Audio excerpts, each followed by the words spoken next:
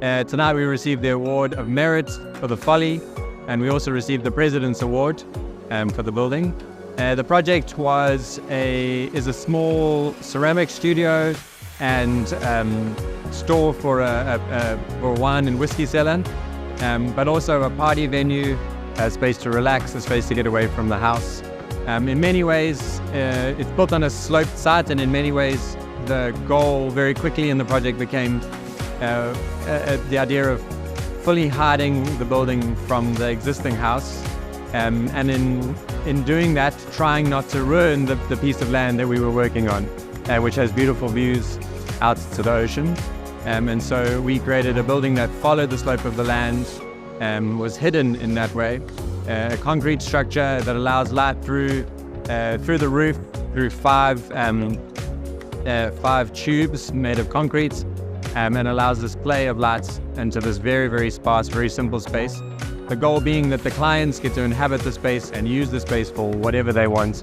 And so it's very flexible to accommodate their needs and hopefully to encourage their flourishing. Just won the award for architecture for the MSC Cruise Terminal in Durban on the Point Harbour. Very, very exciting project. We're very proud, and we believe it's a positive contribution to the Durban environment.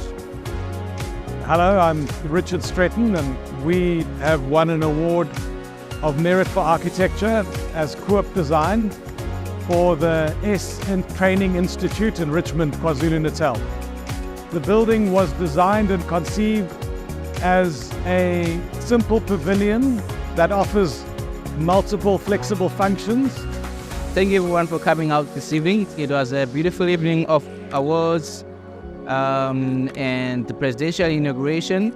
It's always good to honor exemplary architecture and individuals who stand out in the profession. Thank you. Good evening. Sanbonani, Goeienaand, Assalamu alaikum. Welcome. Siyakwamukela. My name is Adima Davis, and it is a thrill to be able to welcome you all to our double whammy event this evening.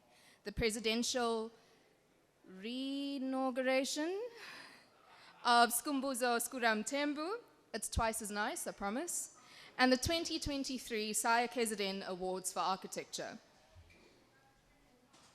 Priya Parker, in her beautiful book, The Art of Gathering, How We Meet and Why It Matters, writes, "Take the reasons that you think you are gathering, because it's our departmental Monday morning meeting, because it's a family tradition to gather and barbecue at the lake, because it's our inauguration and awards for architecture, and keep drilling below them. Ask why you are gathering. Every time you get to another deeper reason, ask why again. Keep asking why until you hit a belief or a value. So we are gathering because of the awards for architecture. We are gathering because we want to honor exemplary architecture and their crafters, architects, clients, contractors, collaborators alike. We are gathering because we need to shine a light to remind us of the craft within our profession. We are gathering because of the joy, wonder, and purpose our profession brings to our city and our region, who we all know are well in need of it. We are gathering because of the presidential inauguration. We are gathering because it is tradition to celebrate the incoming president of this organization. We are gathering because it is a reminder of our agency in choosing a leader for our organization. We are gathering because through recognizing this, we carry a torch for our institute. We carry a torch for our profession. It is my belief that we are gathering because we need to remind ourselves of being a part of a collective. That is our value here today. As your host for this evening, it is my role to nudge you toward this. I encourage you all, beyond the niceties of the Durban Fine Thanks and You, the backpatting and the strategic networking, to truly acknowledge one another's presence here this evening, what it means to be here, collectively. This evening, our collective comprises fellow architects, members of our institute, committee members, and leadership, both past, present, collaborators, friends, family, special guests of our president and award recipients, and our generous sponsors and friends from Karabrick, Nick Booth, CEO, Krista Trevaux, Sales Director KZN, Sandile Ngwane, Sales Representative Public Sector, and Melvin Chitre, Architectural Sales Representative. It is great to have you all here with us. Welcome. It is not purely an exercise of convenience that we find ourselves right next door to our offices and at the KZN SA Gallery. Designed, as many of you know, by locally trained architects Cindy Walters and Michelle Cohen, who were selected as winners of an international competition through their building that demonstrates regionalism, flexibility, and ingenuity. Just the essential parts, elegantly assembled, creating a beautiful place fit for purpose. Having recently had the privilege of serving as the academic juror on the awards jury, Wally's echoing of Vitruvius's firmness, commodity, and delight is at the front of my cerebral archive, whether I want it there or not. Later this evening, we will welcome Wally to the stage to lead us in recognizing some exemplars of this. Returning to our first order of business, it may feel strange celebrating an inauguration of Skura's second term. In truth, it is that re-inauguration that I joke about. But when reflecting on the occasion, and I admit I may be biased here, friend, it was necessary to do so.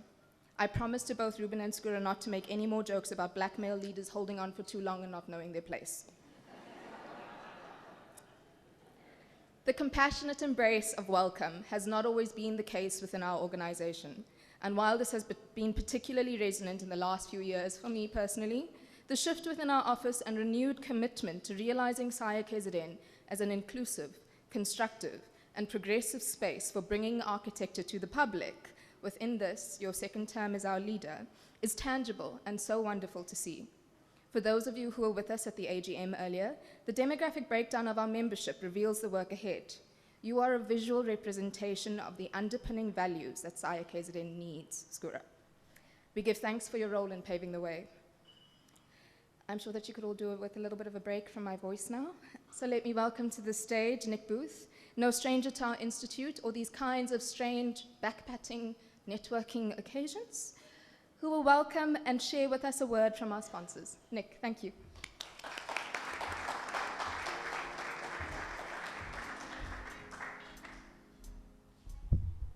Good evening, everybody. I think this thing should.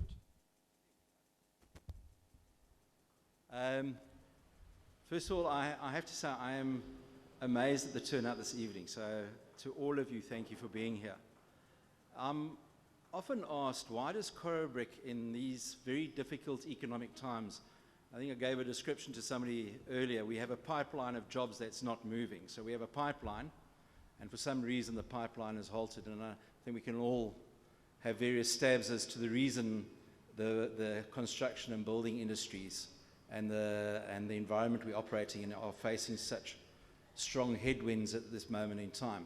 So when you're facing these kind of situations, why does Karabrick continue to invest back into the architectural profession?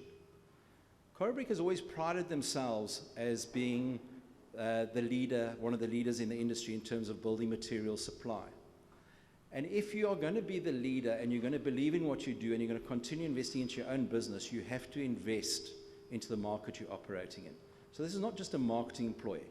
I see these evenings, and I've had the pleasure and privilege of doing many of these award evenings with various institutes around the country and with the national body. And for me, it is important that we stand fast and we are bulwark against the mediocrity that this country is facing at the moment. We're in a country where we see a steady decline around us, and we almost pat ourselves on the back when we see stability. If we don't do awards like this and we do not honor people who are going out there to improve the world we live in, then we just become one of the masses that just says what we have is good enough. And I don't believe as Karabrick, and I don't believe as the CEO of Karabrick, we can accept that as a standard. So we continue to invest because we believe in improvement. We continue to invest because we do believe there is the potential for growth in this country. We continue to invest because we believe there are individuals in this industry, there are individuals in your profession who are worth investing in because they are going to help us drive a better South Africa. Now you leave here tonight and you look around and you say, is this guy nuts? Yes, I am a little nuts. I'll never deny that. But I think it's the little things that make the difference. And that's why Corobrik will continue to invest into this institute, why Corobrik will continue to invest into the architectural profession. Because if we don't have creativity, we don't have the new ideas coming through, we don't find a way to push the envelope, then what have we got? Mediocrity. We have to stand against mediocrity. And in that light, I want to say to everybody whose work is up here tonight, it's fantastic work. What saddens me to some degree is the lack of commercial and government buildings that we're seeing in terms of the awards, which I think is indicative of that pipeline I was talking about that has come to a grinding halt. We need, as the profession, as industry, to keep pushing to make sure that pipeline keeps moving and it keeps us all in positive cash flow, Skura, and it keeps us all positive, not just on the cash flow point of view, but from a creative and a forward-looking point of view. Enjoy the evening. It's been a pleasure sponsoring KZN and IA for all these years, and we'll continue, by the way. We've had meetings. We'll continue to be sponsoring your institute in particular, the national and a number of the provincial institutes. Enjoy the evening. Thanks for listening to me.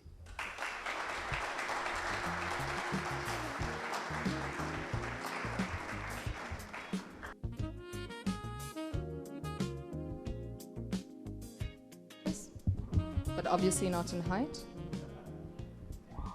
There you go. Okay. Thank you, Nick and Corobrik. May our relationship continue to thrive. So, in case you haven't noticed, Skura likes to keep things high profile. You will understand why once I am through with our guest speaker's bio. It is for me a constant privilege to share space with such a wealth of experience and commitment to architecture, and I am so looking forward to hearing from him. Mpeti Morojele, we welcome you as our guest speaker this evening. Mpeti is the founding owner of the award-winning MMA Design Studio, a Johannesburg-based architecture and design studio established in 1995 as MMA Architects. Born in Lesotho, he went on to study architecture at UCT and later at the Bartlett School, University College London, before becoming a studio lecturer at Wits in 1995. His built and critical work has been recognized, celebrated, both locally and abroad, for engaging an African landscape through a contemporary interpretation of indigenous knowledge systems and cultural practices. He is a regular external examiner, conference speaker, and has curated exhibitions on South African architecture and urbanity at the Venice Biennale, the Royal Institute of British Architects, and ADAS in Berlin. He is currently one of the South African exhibitors at Leslie Loco's curated Laboratory of the Future. He was a key member of the Scientific Committee for the 2014 International Union of Architects, UIA Congress, held here in Durban, and is a founding committee member of the recent African Architecture Awards. He serves on the World Economic Forum's Commission on Biodiversity's 2030 and is the external expert at the Yale University Symposium on African Design. I wax lyrical about your South African Embassy building for Berlin to my students, speaking of excellent architecture. Mpeti, the stage is yours. Thank you.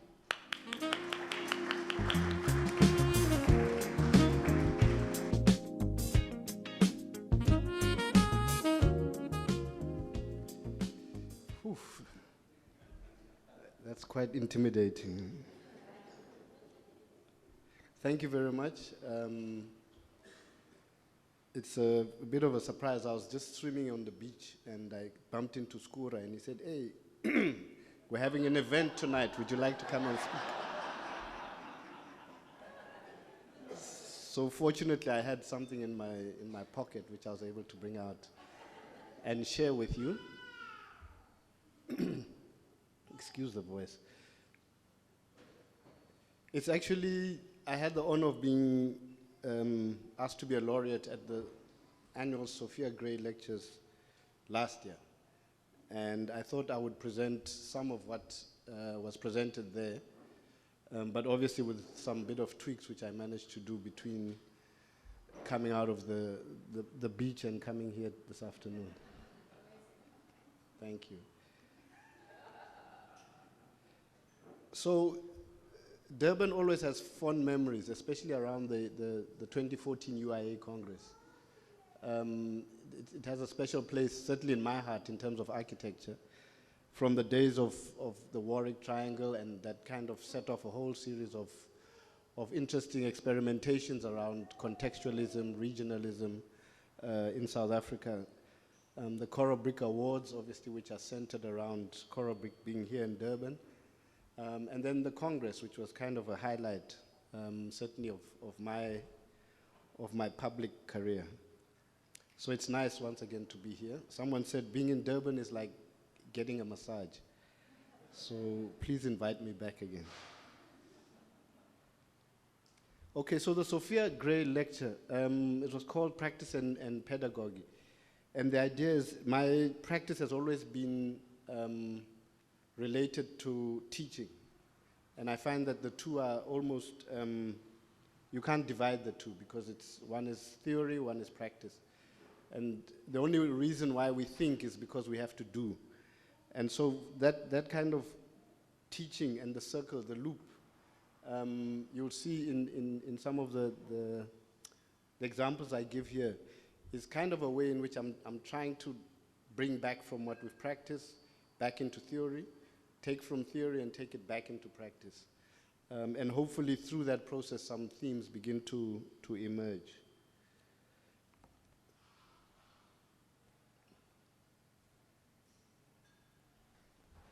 Is that clear? It doesn't look clear from here. Okay, so when I studied architecture in Cape Town, obviously that was during the bad old days. And as a black student, we were invisible. And I always wondered about this invisibility. And reading Ben Okri's book, I think it's The Famished Road, he talks about this issue about the invisibility and what is the secret of our invisibility. So obviously as a black student, this invisibility, nothing was referred to my culture, nothing was referred to where I come from. And basically we were invisible. And that started off a whole journey for me of trying to find that secret of invisibility.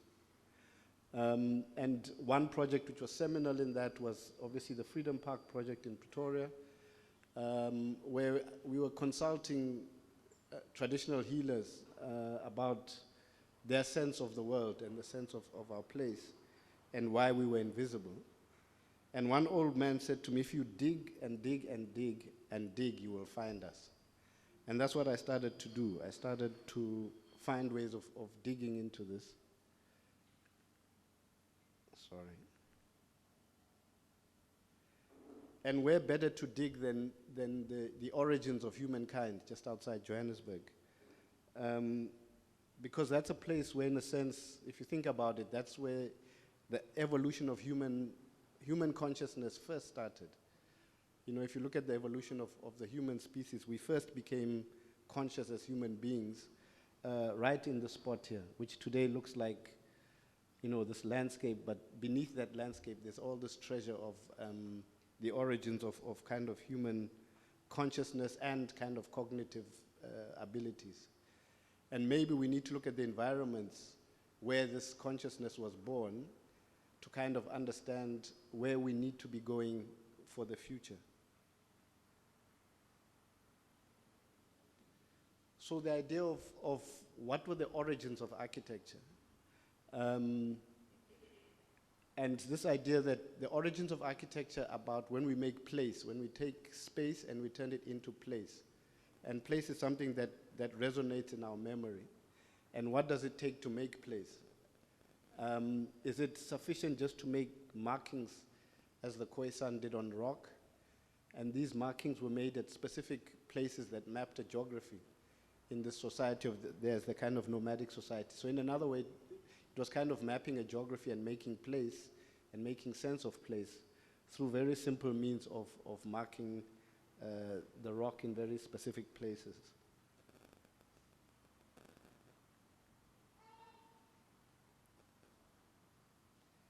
Are there other forms of placemaking that we could think of?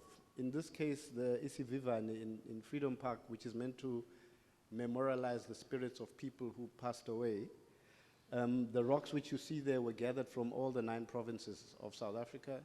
They had interdenominational services around the rocks to bless them, and then they were transported to the site. The soil, the concrete that you see that makes up the base, the floor of this space, is made up of soil from graves of people who died all over the world, fighting in conflicts, one other conflict or another from South Africa. And that soil was brought back and then mixed into the concrete to kind of give a sense of what we call animism, give it a resonance that goes beyond almost kind of a human kind of cognition. And that kind of talks to this idea of animism, which is where we imbue inanimate objects with a kind of a spirituality, a livelihood, and a livability that's just as much as human beings. So we imagine that the rocks are not inert, they're not dead, but they're alive. The trees, similarly, have a spirit, they have a character, and they're just as much alive. And that, in a sense, is what Juhani Pallasmaa talks about as architecture being re-emerging ourselves into the world, not purely being just actors on top of it, but actually immersing ourselves into being part of the world. Or maybe the first form of architecture was rituals. Once you have people engaging in form making through their bodies, that in a sense is a sense of space making and a sense of form making. And so I believe that the rituals were the first kind of forms of making architecture, where people got together and said, let us make form, let us make community.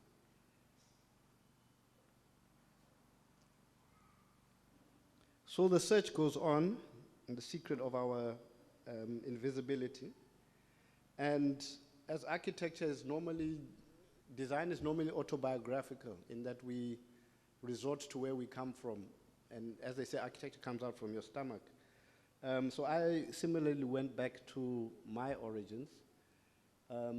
This particular site is a site just south of Johannesburg, the Suikerbosrand Nature Reserve, which in 2019, through LiDAR technology, they discovered this Iron Age settlement 500 years ago, which, if you look at the landscape now, you'd never have had a trace of that. And it also, coincidentally, is the site where my family has an ongoing land claim, which they'd used the graves and oral testimony to try and lay stake to this claim. And I think it's only when this LiDAR technology discovered that there was actually an ancient settlement there that it kind of gave credence to the idea that there were settlements there before. Sorry.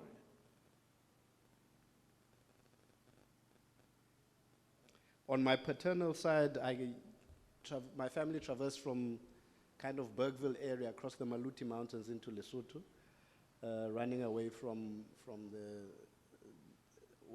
what's your guy's name, Ushaka and others.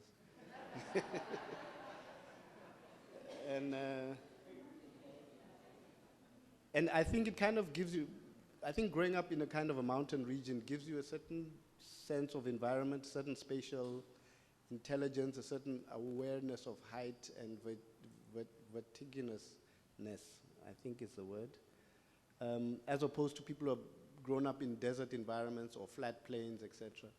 And it's something I'm interested in how our upbringings and our, the environments in which we were brought up in have an influence on our architecture. So this is, as part of my research, trying to understand what are the concerns that drive me and where do they come from. And then looking at, again, this is in Lesotho, the kind of first sedentary cultures, Southern African cultures, and how they kind of moved one step away from building in caves and started to inhabit these high settlements, which were built up against the caves, as opposed to, on the other side, the more nomadic cultures, which, again, nomadic cultures rely heavily on ritual as a place-making and space-making tool. And they use ritual as a tool of reconstructing boundaries of self.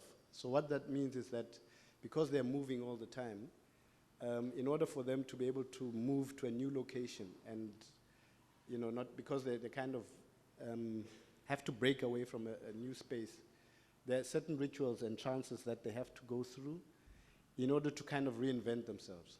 And those trances extend the boundaries of yourself in that you become integrated into the environment, kind of like an out-of-body experience where you are no more restricted by your body, but you're now 100% part of the environment. And so again, it's looking at the importance of ritual in environmental consciousness that I think is important, particularly now when we're looking at sustainability issues, etc. And how do we regain that sense of deep connection to the environment?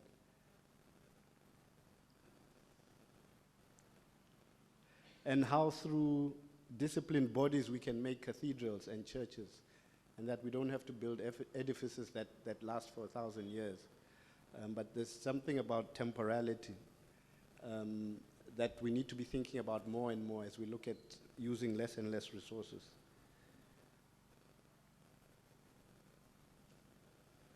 So one of the experiments we did in a workshop a few years ago was to try and look at imagining, this is again in the cradle of humankind, imagining a sense of architecture before we became an ocular-centric society. In other words, before we privileged our eyes over our other senses, and especially not only in architecture, but in society. As soon as societies become literate and they use their eyes to gain knowledge, we tend to then privilege our eyes over our other senses.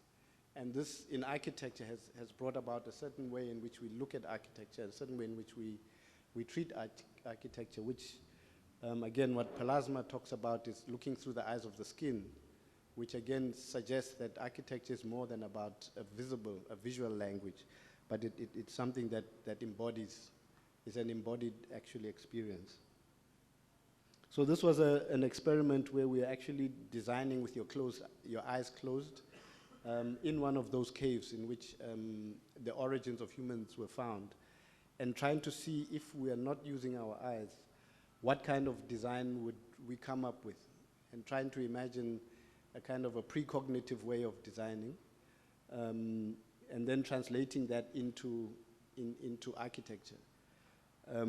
This piece now, which we've further developed, is going to be used as a stage set for an animation that's probably going to come out next year, children's animation, where they've taken this idea of the past and the future and merging them through this idea of going back to a much more embodied way of conceiving of architecture.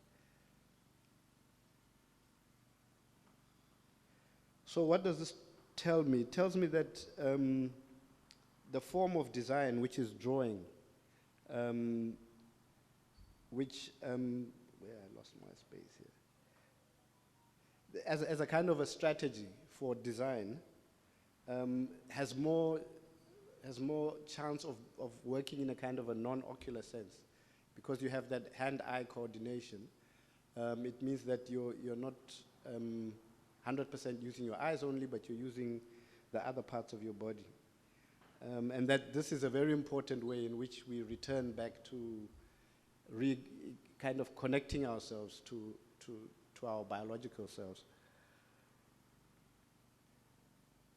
So drawing and writing are fundamental means of human expression and cornerstones for the creation, depiction, and development of architecture and the ideas that come from it.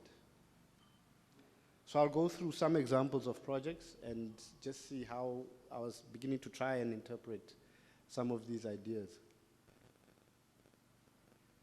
This is a house in Johannesburg, not far from the cradle of humankind, which again, the idea of inhabiting a found space, like we saw on those cave dwellings, in this sense was to try and recreate that idea of the cave, which is made up of, certainly in our area, it's the granite which has then been eroded, and the dolomite which gets eroded and was the opportunity for inhabitation.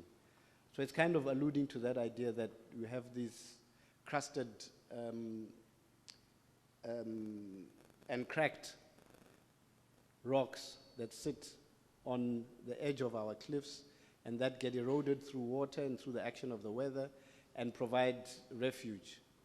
And that kind of refuge is kind of cave-like through light that comes from different areas from the cracks in the rock. And that inhabitation maybe gives us a bigger sense of the seasons and the environments, because you're seeing the movement of the sun, the path of the wind, etc. And that maybe you can create that feeling of both prospect and refuge at the same time. So prospect, which is that long distance view, which gives you a sense of imagination and freedom, and refuge, which is having your back against something, shelter over your head, which gives you also a sense of safety. And a lot of writers in architecture and psychology have talked about that, where you have both at the same time, that's where people feel most comfortable. And again, just trying to play with how we reflect the environment around us through the architecture. This idea continued in the museum at Freedom Park, the Interpretive Center, which is designed as a series of boulders which have fallen off the edge of the cliff, and which internally you continue that idea that you're actually inhabiting like a prehistoric or cave environment.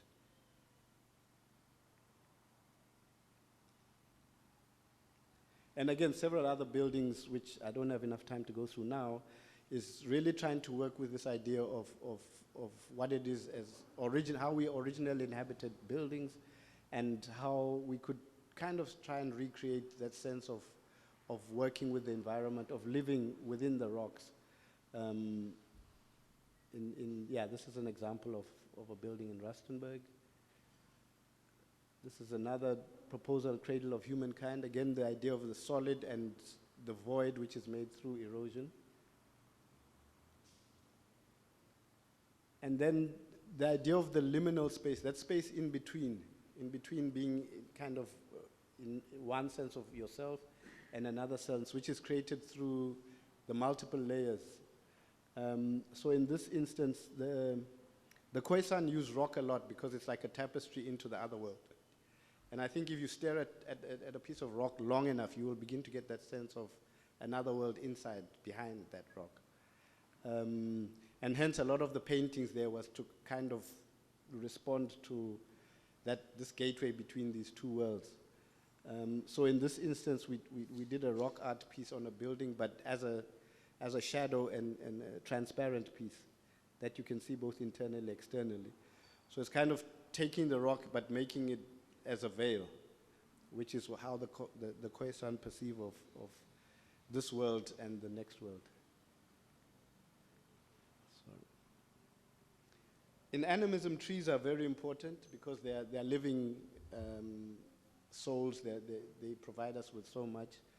And therefore, how do we deal with the sense of if we have reeds and rocks and trees which are part of our everyday lives. And part of the inspiration around the monument at Freedom Park was this idea of the reeds, which symbolize renewal, and which symbolize that link between above and below. So again, it's kind of leaning on the traditional ceremonies, the Ingala ceremonies, etc., which have a deep kind of understanding of renewal. And the constant need for renewal, and how we can then bring that in a much more contemporary way, so that as a nation there's this sense of hopefully continuous renewal, like the previous speaker had spoken about. And how going back to the very elements of water, of fire, of earth, wind, these are things that I'm sure we all deal with as architects, but to really bring them out, to make us feel in touch with our environment.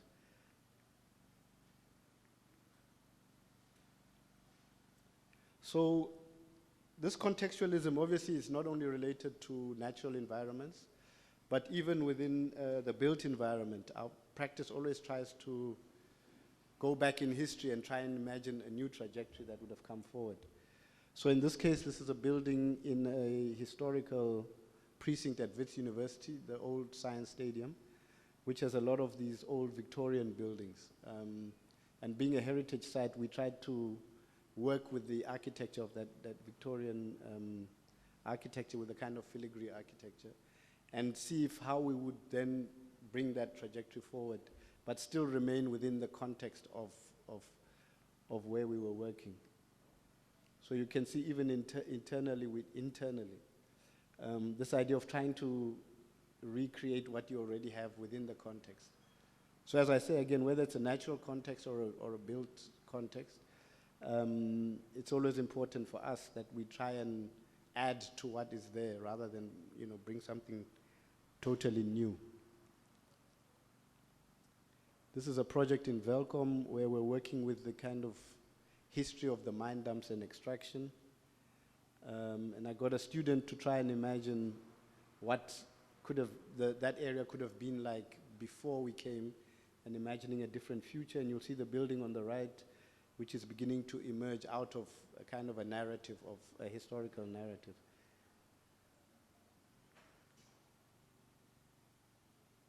And this idea of education being a well. In Sesotho we say that, the knowledge comes from a well, and how do we then recreate the sense of knowledge which is held mostly by women, and how do we then translate that into the architecture? It's still an ongoing experiment, but I think important is to try and find a reason for what it is that you're doing.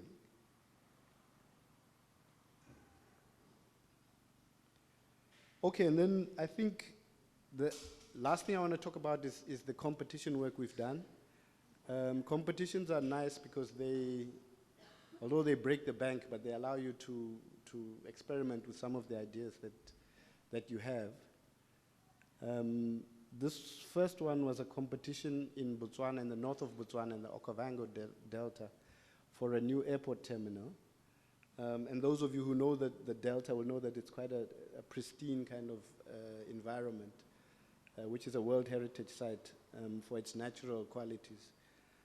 And looking at how we then bring in a piece of infrastructure which is as large and complicated as an airport terminal building into this kind of environment. So the painting on the top is how I started thinking about what this airport could be. This idea that beneath the water of the Okavango, there's this whole other world that exists that we often don't see.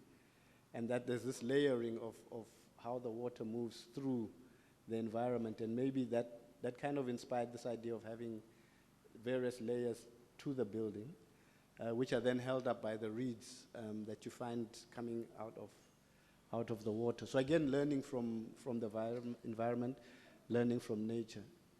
And then trying to create this idea of a forest of reeds, of trees, that hold up a big sheltering roof, and underneath that's your airport terminal. And that you let nature then fly through, the birds can fly through, the wind and everything, and it doesn't necessarily have to be an enclosed structure. So this is what we were proposing, as we're saying, that it's really the minimum of what it would have to be. Not knowing any aviation regulations, they probably would have thrown it out.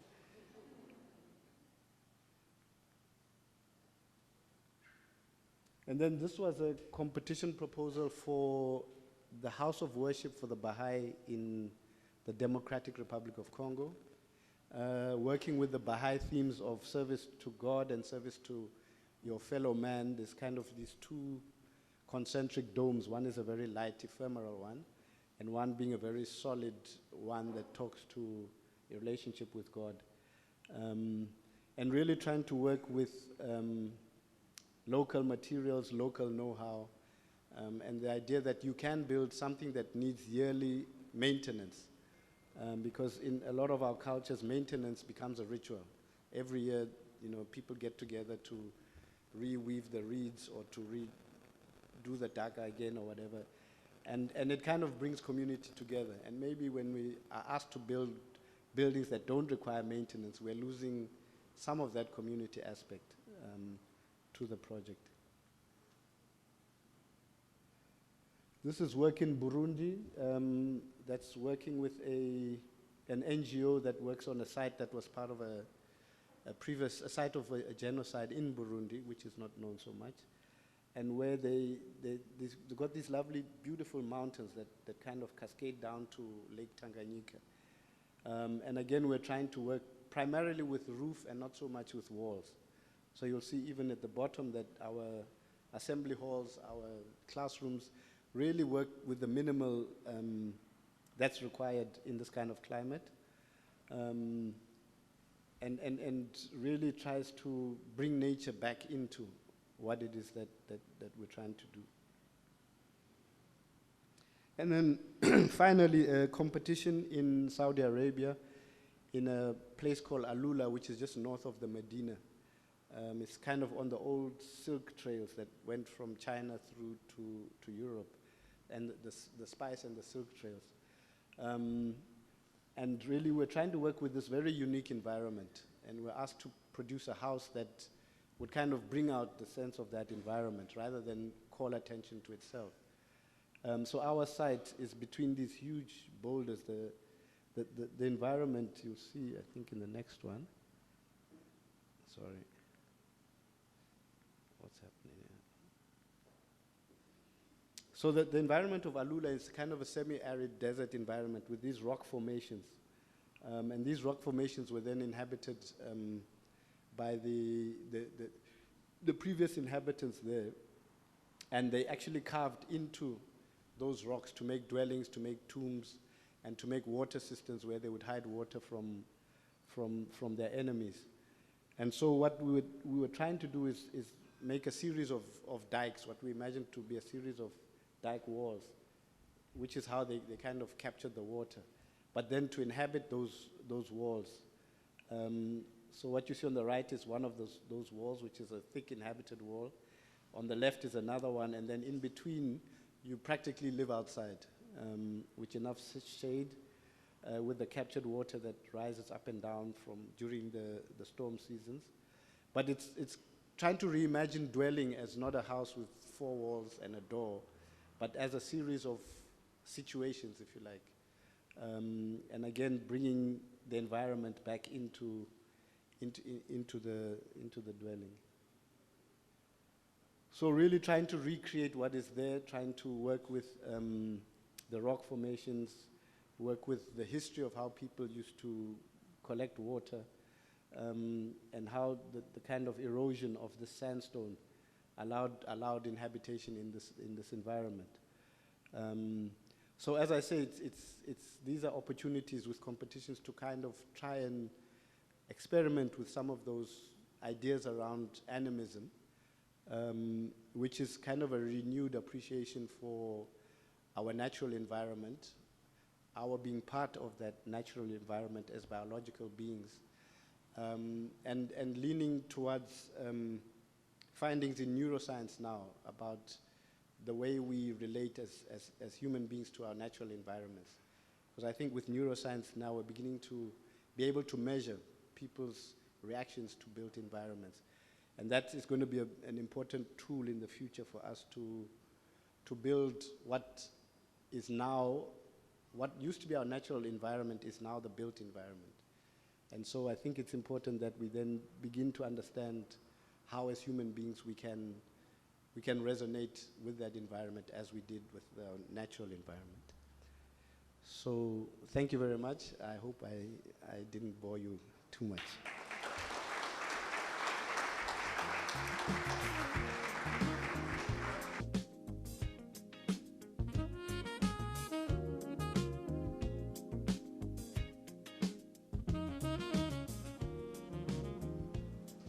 Mpeti, we give thanks for your simultaneously broad-reaching and deeply provocative and inspired sharing. The spontaneous theme of renewal brings us to you, Skura. We are gathered as a reminder of our agency in choosing a leader to carry our torch and wear that chain. Everyone, please can you join me in welcoming past President Pat Smith to the stage.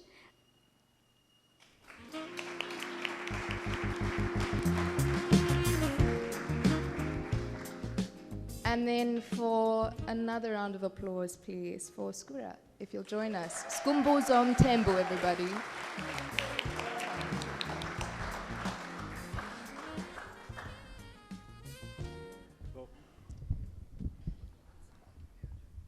Sorry, I didn't know I was saying anything tonight, but yeah, just to say congratulations to Skura on his second round. He obviously likes punishment. But Skura, just from my side, thank you for everything you've done for us over your past term, and I know we're halfway through the next term already, but all the best for the completion of it, and I know you will continue to do an outstanding job. Thank you. Cool. Thank you, sir.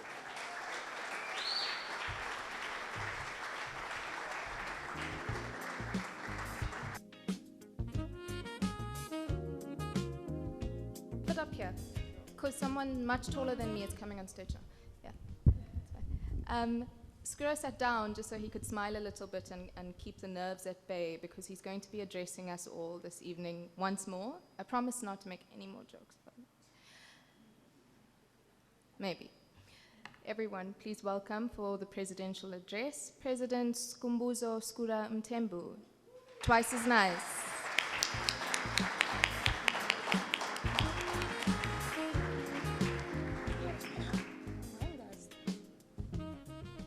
Thank you, Adima. Thank you so much. I've never spoken in an event like this with so much of my family. Thank you, guys. My immediate family, that one.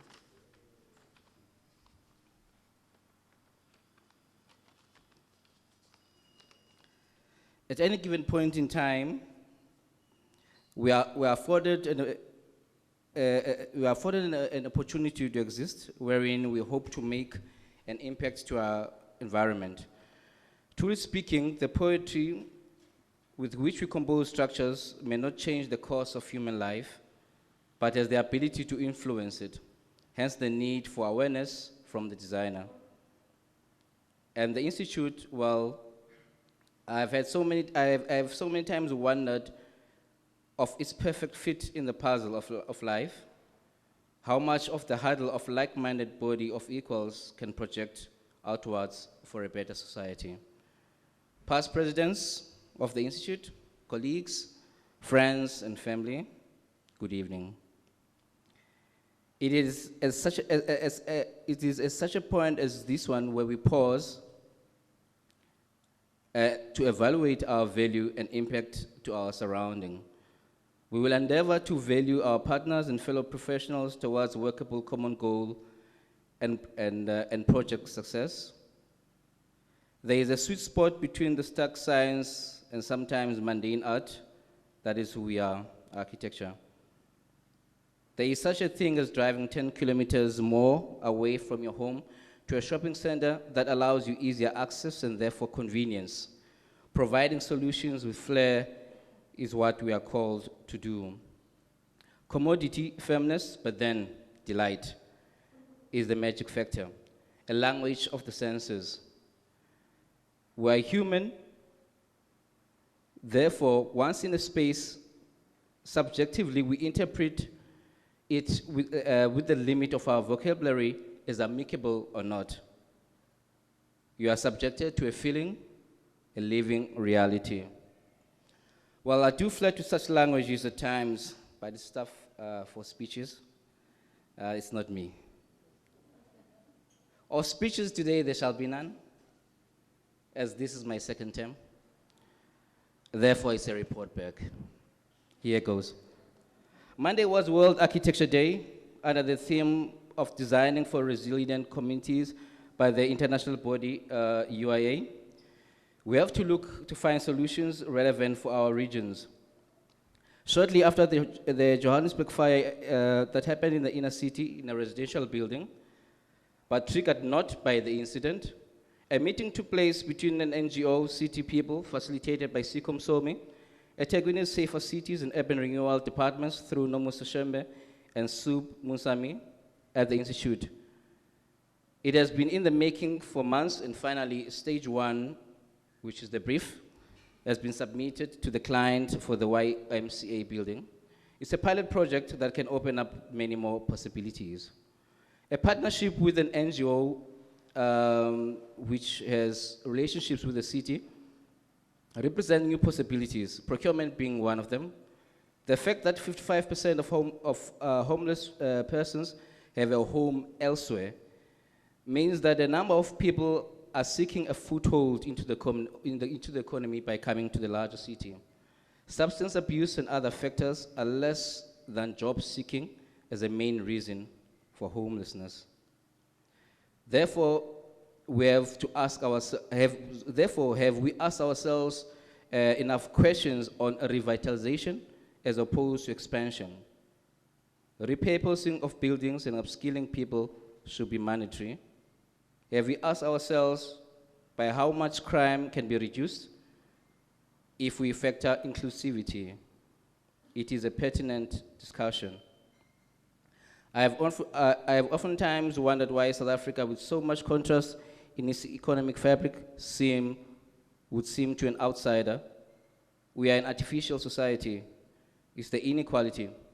The work from Alexandra, a home, to a four-star hotel in Sandton, a workplace, is a clear reminder of this fact. If capitalism is an uneven idol, why then do we still worship at the altar of this menace, which is our own creation? Through Africa Union of Architects, we hosted a seminar in Pretoria where Mam Rose Mulugwane was speaking. She commented before her talk about the number of cranes in a seemingly built-up area as opposed to many other areas that still need development, yet have little visible action. The gap we continue to create as society is not sustainable. At the core of our mandate as a body is the desire to have the architectural practice functioning in conducive environments. The practice committee of Patrick with Mandisa, that's Patrick Smith and Patrick Mawisana, has ensured that all three professionals have years of experience and have delivered essential infrastructure in our region and beyond. The Good Practice Committee of which Saia is part of, Saia Kzn, includes QSs, project managers, engineers, the MBA, and SAPOA. Part of the main task of the formation of this formation is addressing the JBCC minor works contract. On continued professional development, our events afford enough opportunities to earn points. Spatial inequality dialogues have placed us exactly where we have been trying to be, amongst others in our society and built environment. The Friday morning talks alone have enough Category 1 points for the year. We have had engineers, taxi drivers, housing activists, politicians, and officials on the dialogues. Talks on competitions are still on the cards with public works, although the wheel seems to turn a bit slow. Our end result is to influence policy. This is the direction we have been embarking on, the interaction at this level. And at the end of the day, better practicing environment for the member. This term, on the membership front, the hard-working chair of finance solidified the idea of staggered fees, which has been in the making in the region for years. Inclusivity and transformation has a number of considerations to be borne in mind so that we can have a sustainable organization adapting to changing times. Through our many platforms and events, we hope to encourage students as they interact with our members. The Institute has the obligation to our provincial learning sites of DUT and UKZN with approaches removed from the safety of experience and the definitive answer of how the roof missed the wall. Student work is inspiring and gives hope. on a tomorrow with more possibilities. To Corabrick, our partnership continues. Thank you. The past has been nothing but amazing. My second in command, Monique and Nadima, by accepting the responsibility to lead, thank you. We embrace the obligation to be exemplary. Kiara and Amelda in the office, your efforts are appreciated. We have a diverse and exciting group within our regional committee this term. A mixture of youth and experience has made us to deliver quite a balanced service to members. From iconic structures such as the terminal building by EPA to hidden crafts which exist within a landscape such as the Folly by Common Architecture, this year's awards were a spectacle. A pinnacle, in my view, of our activities is the awards. It is always an honor to experience your colleagues' work, and thank you to all the entries. Thank you for all the entries this year. With the jury we had this year, well, same as all the other years, we can safely say that the winners were simply outstanding. Having this year created a number of key partnerships with the university, the city beyond the architecture department and province, we are building towards a necessary visibility of accountability as well as being counted. Next year and beyond, this platform ensures our comments to documents set to define practice. We therefore march into the future with purpose and determination, decisive in our contribution to the built industry and society. Thank you.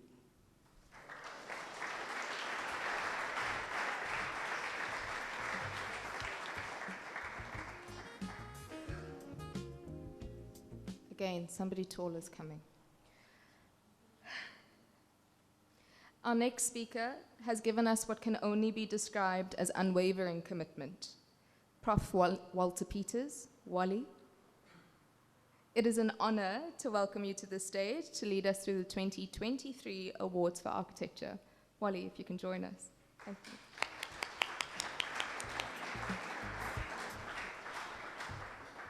Thank you, Adima.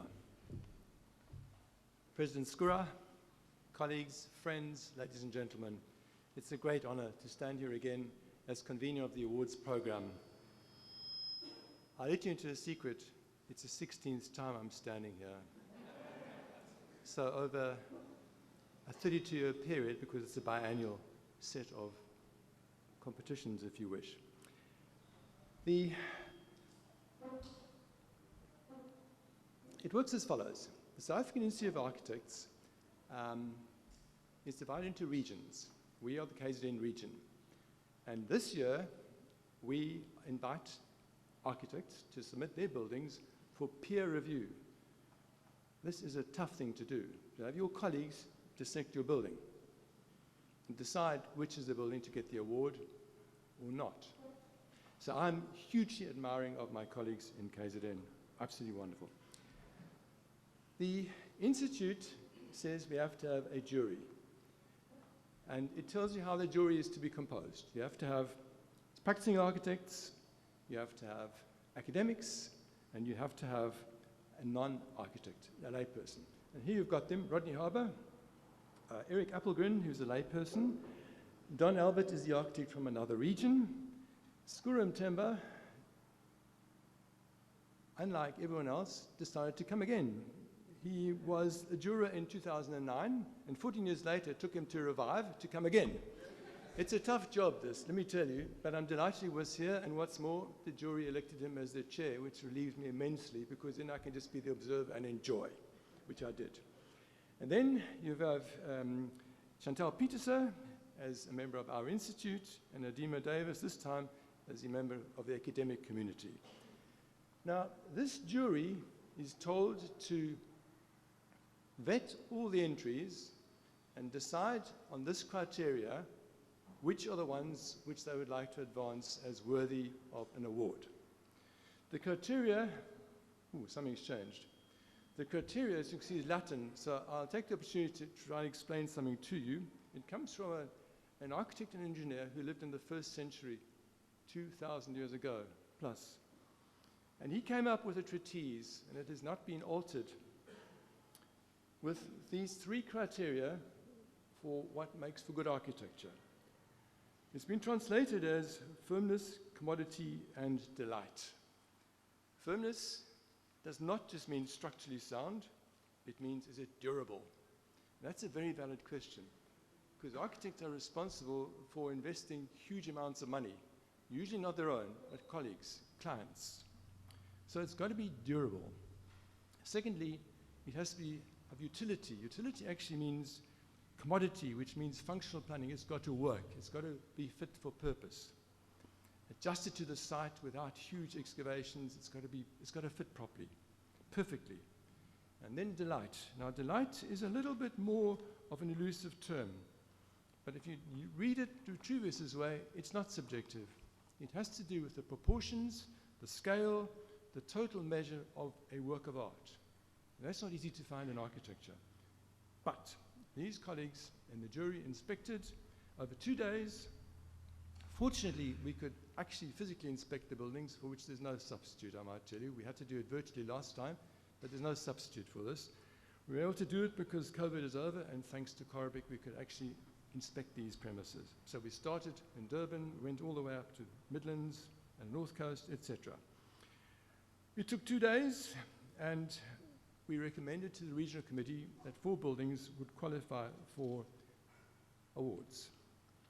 And those buildings I'm now going to present, and then I will ask the architects to come forward, but not just them. Remember, it takes a client, the big bag of money I told you about, to get a certificate, the architect who designs it, and the contractor who actually delivers the project in 3D.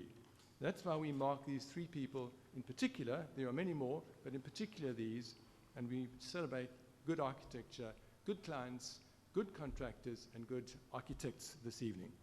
The first, but there's no order to this, is this one over here, which is actually not the ship, it's the structure in the foreground, guys. Just don't get me wrong. It's the structure in the foreground, the little structure.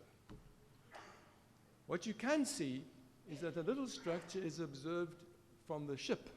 So the roof has to be designed. You can't just come up with any roof. The roof has to be designed. The architects did that with this crustaceous exterior, pretty evocative building, folded plate, and it has to be designed for masses. When these ships draw in, a lot of people arrive, and they have to get their way through. So you need a huge structure, actually a huge hall. And in it, you need to have movements. So from the left, you come in, check in, go through the controls, and then take the escalator up. And if you're lucky, you get to the upper floor. Oh, this is not working very well tonight. If you're lucky, you get to the upper floor. Why is this not staking?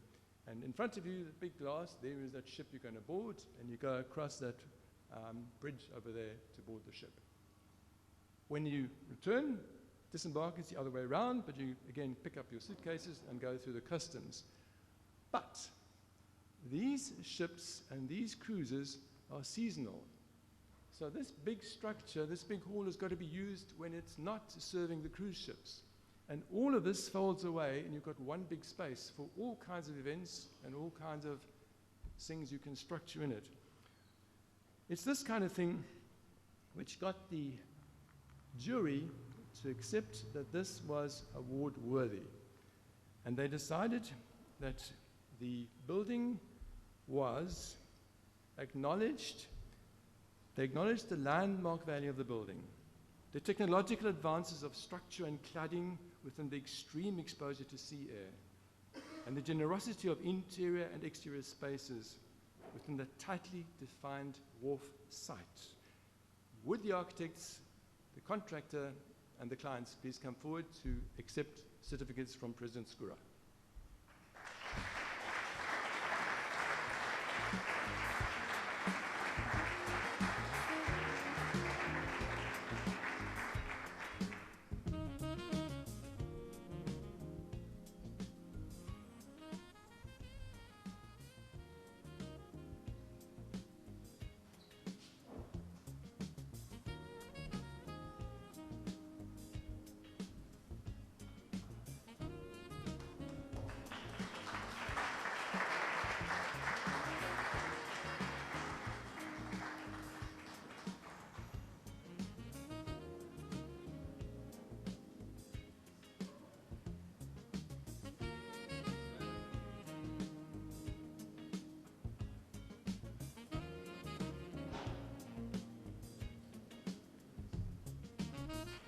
Well done. Well done.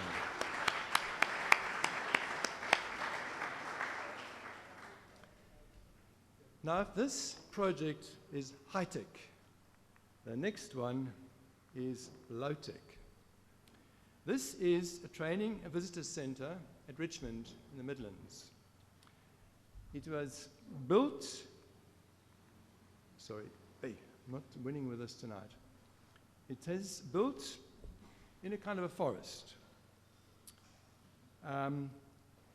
It had to be constructed by the clients themselves, not a contractor.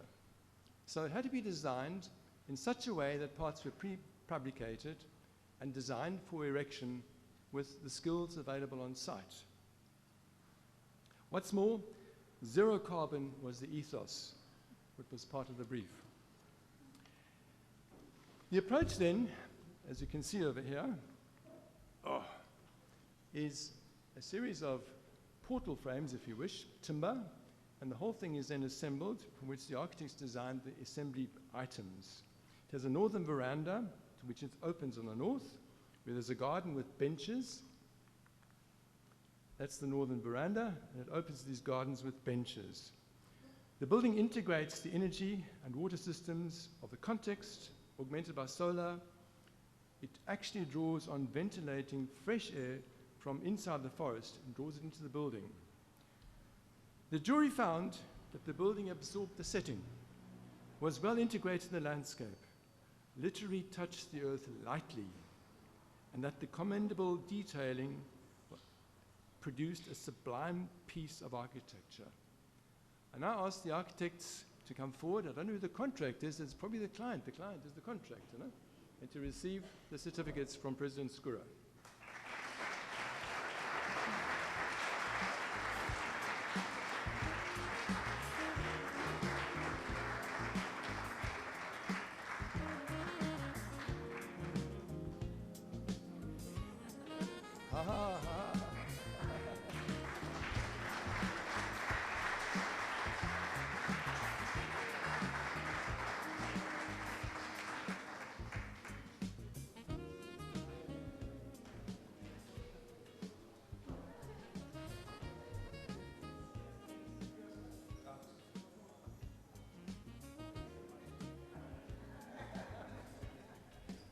Congrats, Richard. The next are two residential projects. The first one here is in New Salt Rock Road, Mount Richmore Estate at Salt Rock, and it's by Urbis Architects. The brief was to design a home as a sanctuary, comfortable for habitation, and it should establish a rapport with the green belt of the gated estate. This resulted in a building consisting of two pavilions. On the right-hand side, longitudinally horizontal, is the living pavilion, and on the left-hand side is the bedroom pavilion. What you're not seeing on here is the north point. It's diagonally to the top, to the right, which means that all the habitable spaces get good orientation, good sun. And what is more, it is built from a steel structure. It is very carefully detailed, and what I should have just drawn your attention to, ordinarily when you design a building elongated like this, I should have taken lessons. You end up with a passage, and this passage between the two pavilions is an art gallery, and it has on this side one garden, and on the other side another garden. It really exploits the site. It makes one really interesting situation in terms of the land use of the site. The jury concluded that the building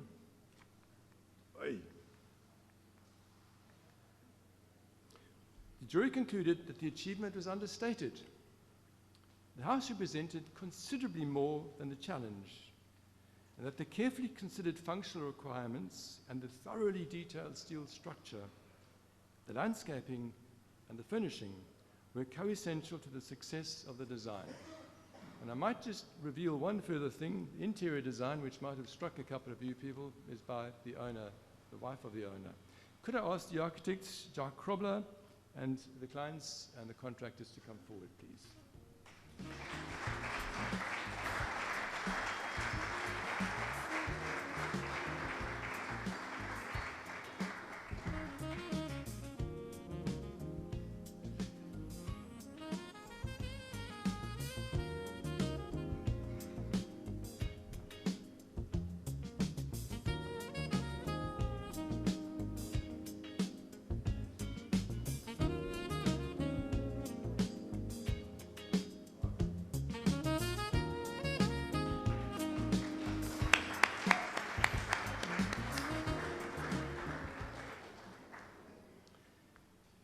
Now, if this project we just awarded is a very visible project, the next one is invisible.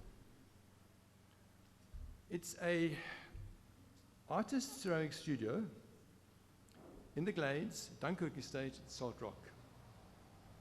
You can't see it. What happened was that this site has got a very smart design house, a design workshop, and behind it is the steep incline. So this annex was designed as a party venue as well as an artist studio, and does not in any way fight with the modern house. So the house we're talking about is this. Sorry. That's overlooking, so it in no way touches the two. And it is hidden.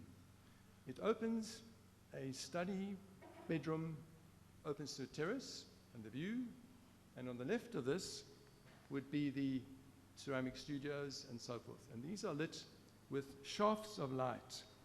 They actually are cylindrical skylights. They were built with gum poles, so the shuttering was then pried off, and they appear sculptural and resonant, sculpturally resonant internally. The jury, they're the skylights, and here you can see the artists in the studio underneath this very good natural daylighting. You don't need a Eskom over there. The jury deemed this project the circular path for Ascent appropriate. It delighted in the design creativity, the unseen elegance displayed by the folly, which in no way challenges the existing house, and agree on the aptness of the venue for otium and creativity. Otium is a word I wasn't known to me. It means leisure time in which a person can enjoy eating, playing, resting, contemplation, and that's what the architect introduced to the submission. I'd now like to ask the architects, the clients, and the contractors to please come forward.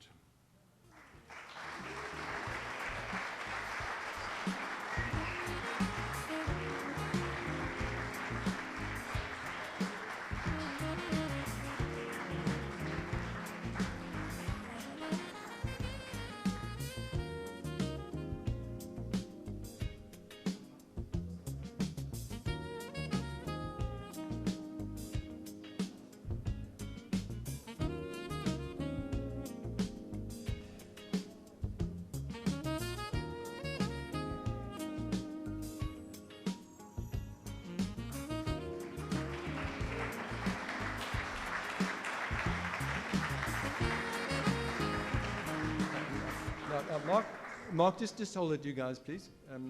There is something else I need to just introduce. It's never happened before, but there's always a first time. This project, called The Folly, has qualified for the inaugural President's Award, which reads as follows.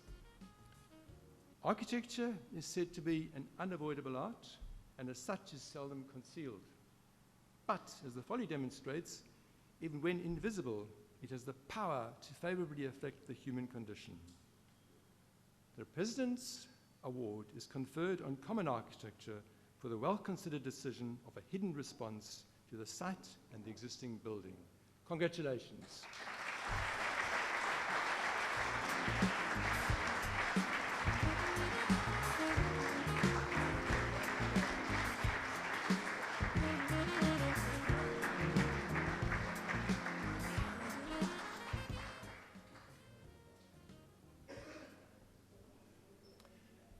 Now, the South African Institute of Architects Awards program caters only for awards, which is these 4 buildings. But there are many other buildings which have things commendable, and we in KZN confer special mentions to those buildings. And we do so because we believe that it advances and acknowledges and encourages people and colleagues to come forward with an award next time. There are 3 of these, and I think they are absolutely wonderful that the jury accepted them as worthy of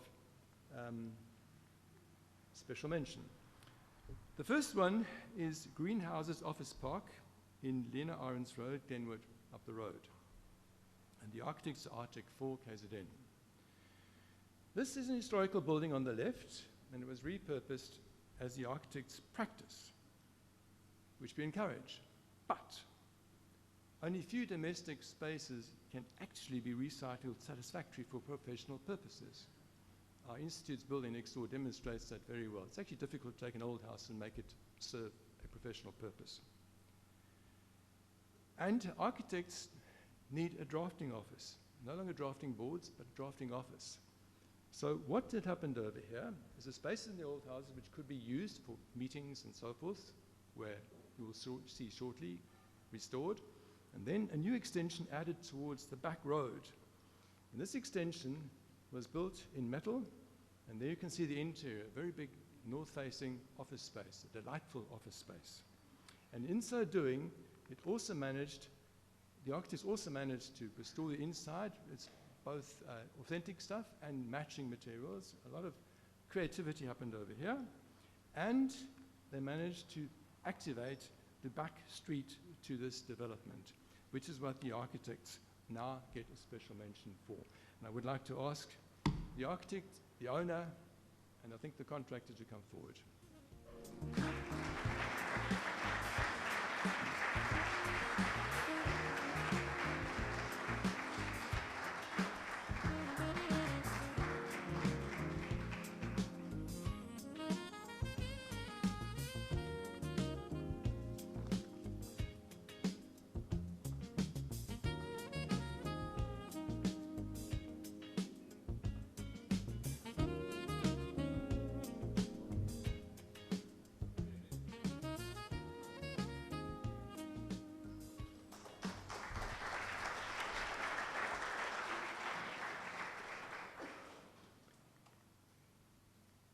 The next special mention is an interesting situation.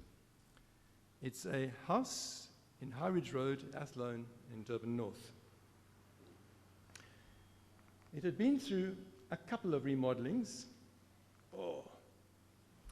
The inside had become entangled and dark, and of course there was Bora. And I understand the client asked the architect to come and inspect the Bora and walked away with a commission to remodel the house. Clever, really clever. I'm surprised. What happened then? This house ended up looking like this. And it's not just the visual, it's the interior. The north wing, now this big roof becomes 2 wings. The one on the right is the bedroom, the one on the left is the living. And since the living then faces south, the sunlight comes in from the north, which makes it so much more habitable. It opens to the swimming pool and the magnificent views over Durban. So that then is the living continuum, which particularly took the jury, and you can see the louvers at the top for the north sun to enter and to make the whole thing so much more habitable, so much more friendly, so much more warm. I'd like to ask the architects to come forward and to receive a special mention from President Skura.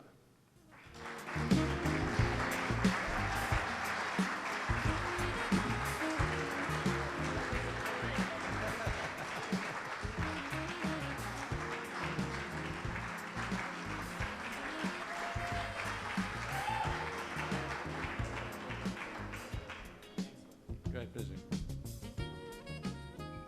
All right, there is one further special mention, and it happens to be in Gold Coast Estate in Saia on the north coast. It's by Craft of Architecture. Building in a gated community, as this is, invariably requires adhering to a set of design guidelines, but in given circumstances obliges architects to seek a balance between the overall objectives and those of an individual unit. So what happens over here is the upper floor. You park your cars and you come in and you can see it's the living floor. You take the staircase down and you'll get to the, well, first of all, the living arrangement. There's the ocean in the background. And you take the staircase down and you get to the living, or rather the bedroom floor. And outside the bedroom floor, the lap pool. Now, it's not the lap pool which got the jury to think about an award. It's what happens elsewhere. What you should be seeing is that this wing, which contains the living on the top and the bedrooms beneath, is set proud of the boundary. So the north sun can get in over there and they can enjoy the views to the east. So you get the best of both worlds, the view and a well-tempered interior environment. And it's that which the jury particularly liked about this project. So they decided that the unit cleverly links the recreational and entertainment spaces of both the living and bedroom floors to enjoy the views to the ocean as well as the favorable north sun, which to penetrate has louvered sliding doors from the courtyard side. The courtyard, of course, will be a heat sink. It'll keep the warmth over there. And now I'd like to ask the architects to please come forward, the clients and the contract, if they are here.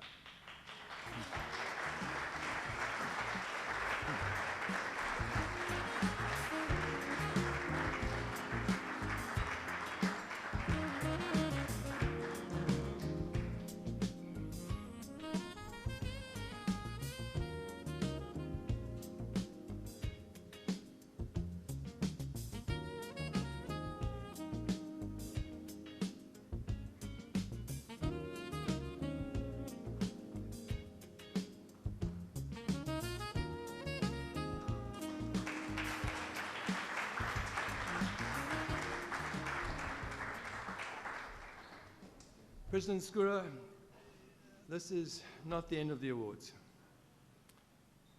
What we've now done is made awards for buildings. The architects and the contractors received certificates as proof, but the building got the award. Our institute was founded in 1901. About 60 years down the line, they decided that there are things which people do for architecture in this province which also needs to be acknowledged in the form of a personal award. They called them illuminated scrolls. Illuminated, I'm quite sure, because Alan Woodrow would have so beautifully, in his calligraphy and the luminous colors, presented the actual scroll. But it also illuminates what this person has done for the institute or for architecture in this province. The criteria for this kind of award is not easy to find, but you will see that all the scrolls made first in 1959 end in the same way. The recipient has made a considerable contribution to advance the cause of architecture, the institute, and the profession in an exceptional way, and has done so over a long period of time. Extraordinary. And it's not just architects, it's people who've contributed to the built environment and its functioning and its promotion in this province. As far as I can make out, this is particular to our region. It does not exist in the other regions where I've been party to. Nominations are not called for. There's no cycle of sequence or frequency. You've got to wait until there are sufficient people deserving to be considered. So if you get this kind of scroll of honor, it's something very special and unique. And what I'm now going to ask is to, once I've read the name, ask the person to come forward and join me here. I'll then read the citation and ask President Skura to present the scroll of honor. I'm going to use the academic default and use the alphabet. Now, unfortunately, the first recipient is in Baku at the moment, but it is Kevin Gary Bingham. And I'm going to ask that the Institute find another appropriate occasion to confer this special honor to Kevin Bingham. But I'll read it to you because I think it's very worthy knowing why this person qualified for this Scroll of Honor. President of the Institute, our Institute, 2013 and 14. South African Institute of Architects President, 2017 and 18. Councillor of the International Union of Architects, 2017 to 20. A principled leader, noted marathon runner, yachtsman, who always portrays a spirit of true sportsmanship. This Scroll of Honor is presented to Kevin Bingham by the membership of the South African Institute of Architects, KZN region, with great respect and recognition of his dedicated services to the Institute and the profession in this province over many years. President Skura, please will you make an occasion to present this beautiful scroll to a deserving colleague of ours, Kevin Bingham.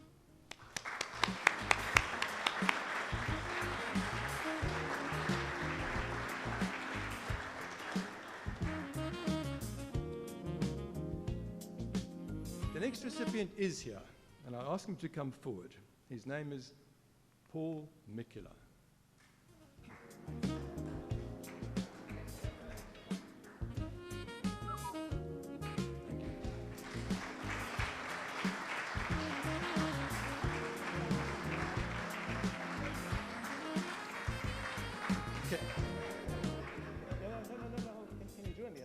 The citation in your presence. Everybody knows who you are with this. I see. There you are. A strong individual character with infectious energy, innovative with the use of discarded building elements and recycled materials, and the involvement of local artists, creating an architecture that marks an intriguing counterpoint to conventional practice.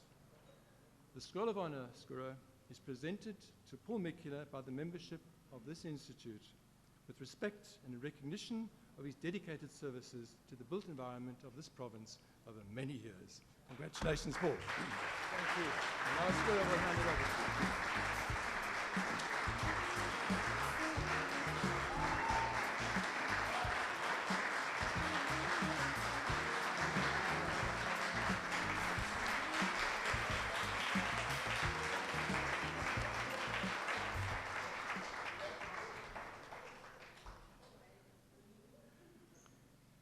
Now we get to a non-architect, Rose Molo Kuana. I want to ask Rose to please join me here on the stadium, on the podium.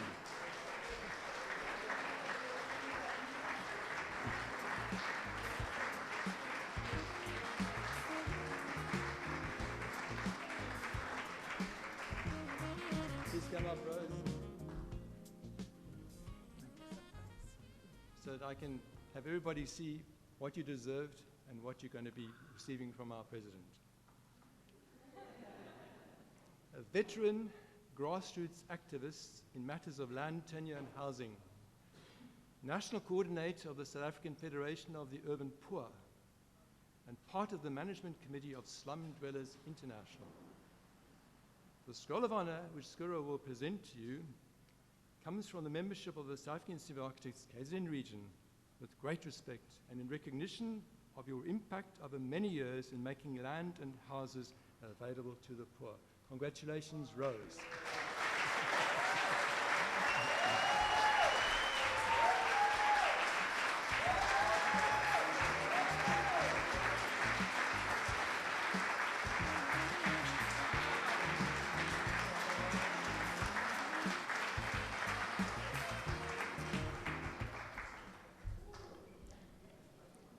The table's got empty, Skura, as you can see, but not entirely empty. There is one further award. It is a long service award of a staffer of our institute. Her name is Imelda Majola. And I'll ask her to join me up here on the podium, please, Imelda.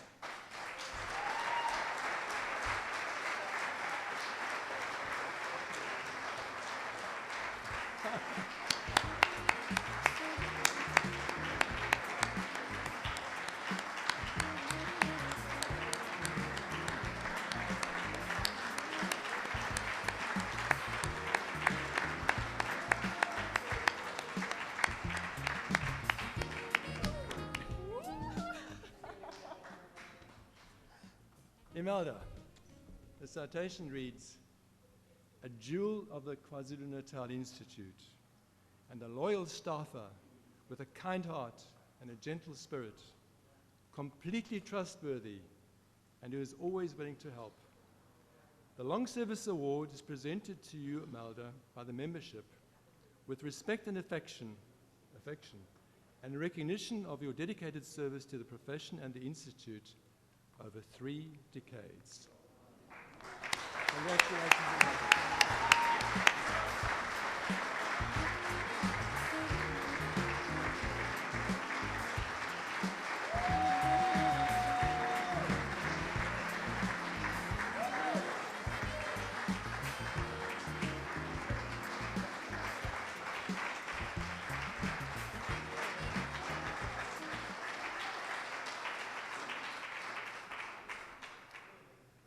To all of those who submitted for awards, let me say congratulations. I'm really amazed.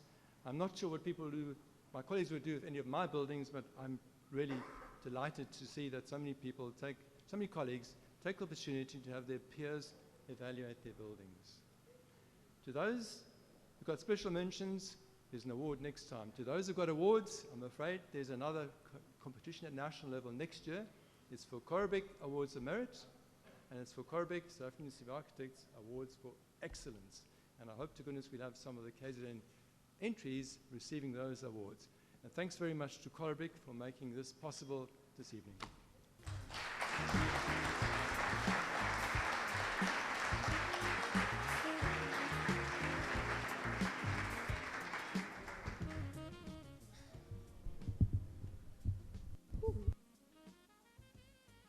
Thank you, Wally. It's a significant height difference. I've come to terms with it. This evening would simply not have been possible without the deep pockets, generosity of Korobek. Thank you for joining us this evening. Thank you for putting up with me. Thank you for affirming the long-standing relationship between Saia Kzn and Korobek and commitment to realizing longevity therein. They promised more because they say their pockets are very deep. Kiara, your effervescence and effectiveness is unmatched. Thank you for all that you so tirelessly pour into realizing every day at the Institute, and in particular this event. It is wonderful to have you on board officially as our executive officer, in case anybody wasn't at the AGM earlier. Mum Imelda, the Institute would not be the same without your joyous presence and quiet resolve. We are so grateful to you for keeping us in line and for realizing this event and keeping us afloat in general. Elo is never far when we are in need. We thank him for his hard work and smile that never says die through it all. To all who poured their effort into tonight's gathering, thank you. Mpeti, it has been a pleasure to hear and learn from your generous sharing. Thank you for joining us this evening. Thank you for acknowledging this man out of the waves. Skura, it goes without saying that we all owe you a debt of gratitude in carrying this torch with and for us. We look forward to the term ahead. Wally, your dedication to service with us in recognizing excellence in architecture through your work in the awards is phenomenal. It was a joy to be a part of the jury with you, steering the ship once more this year. We give thanks. To each of our award recipients, thank you for your inspiration. We celebrate you and look forward to more in the future. And to you all, thank you for allowing me to host you this evening and for giving us a reason to artfully gather. Thanks, everybody.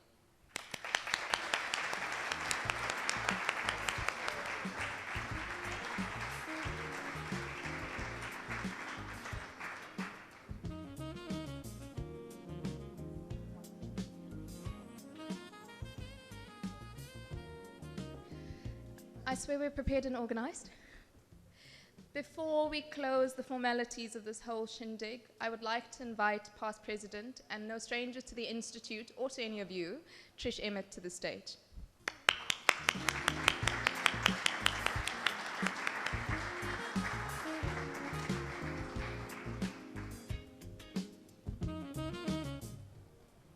Good evening.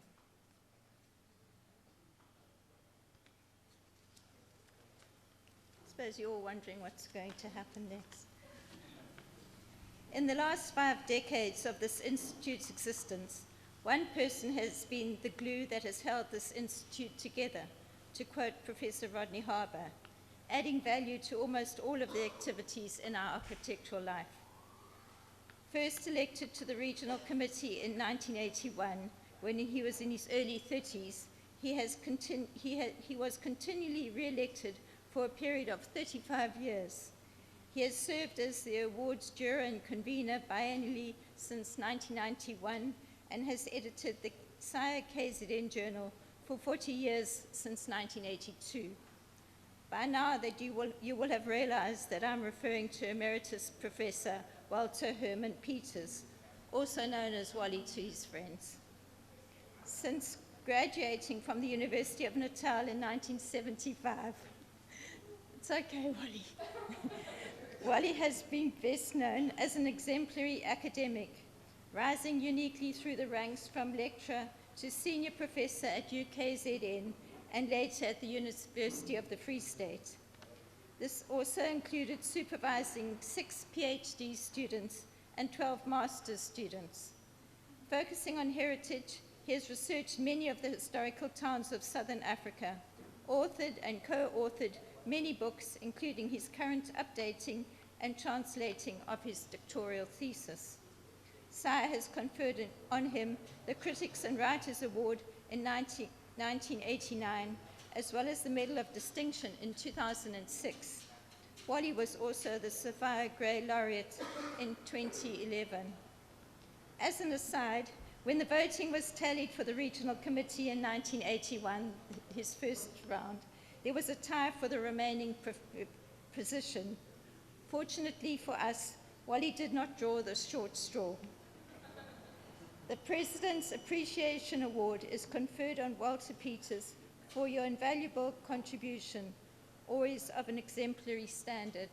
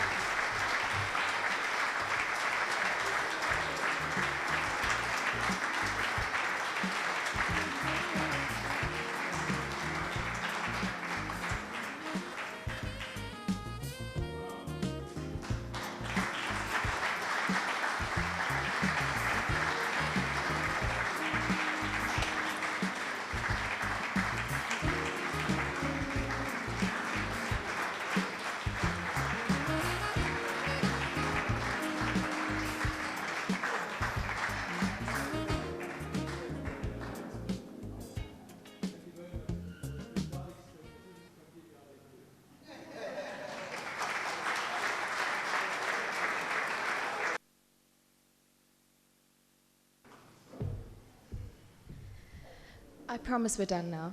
Thank you, everybody, for your time, your patience, and your pleasure with us this evening. We look forward to seeing you all once more. Thank you. Have a lovely evening.